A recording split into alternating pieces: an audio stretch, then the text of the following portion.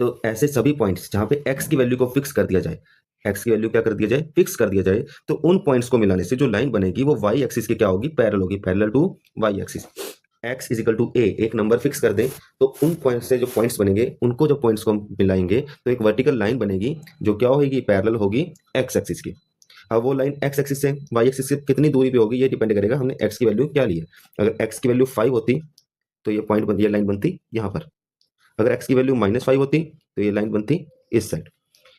Is it clear? Second special case देखते हैं हम सिमिलर वे कि अगर हमारे पास क्या दे रखा है हमें कि जो y is equal to b, मतलब y एक नंबर दे रखा है, y की वैल्यू फिक्स कर दी है, x की वैल्यू फिक्स नहीं है, तो इस सेम केस बनेगा। तो जो लाइन बनेगी अब वो x एक्सिस के पैरेलल होगी, वो डिपेंड करेगी वो y की वैल्यू के ऊपर कि y की वैल्यू क्या है। अगर मैं इसके पॉइंट बना लूँ x y, अब मुझे y की वैल्यू 3 फिक्स कर दी है, y की वैल्यू 3 होगी, हमें x की वैल्यूज पुट करनी है। अगर x में 0 ले लूँ, 1 ले लूँ, 2 ले लूँ, 3 ले लूँ, कुछ भी अलग अलग वैल्यूज ले सकता हूँ। पॉइंट्स को मार्क करते हैं, x0 y3, x0 y3 ये मेरा पहला पॉइंट हो गया।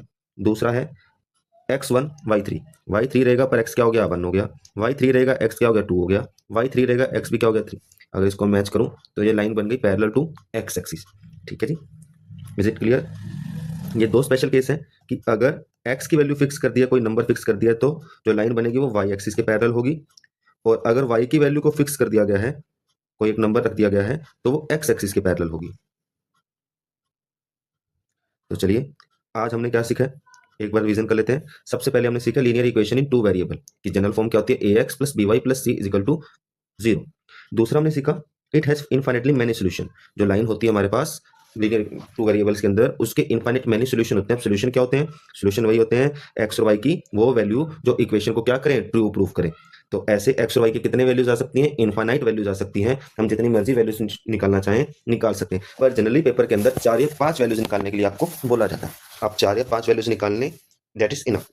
Every solution represent on A point line, अब जितने भी सोल्यूशन आप एक्स और वाई की वैल्यूज निकालेंगे उसको हम रिप्रेजेंट कर सकते हैं किस, एज ए पॉइंट ऑन नहीं, कार्टेशियन प्लेन पे जब उनको पॉइंट करेंगे, प्लॉट करेंगे, तो वो क्या बनाएंगे, एक लाइन बनाएंगे। The graph of linear equation is always a straight line, और उन पॉइंट्स को मिलाने से जो ग्राफ बनेगा वो कैसा बनेगा, हमेशा ही स्ट्रेट लाइन बनेगा। और इसमें हमने 2 स्पेशल केस किए हैं, वो भी आपने याद रखने हैं।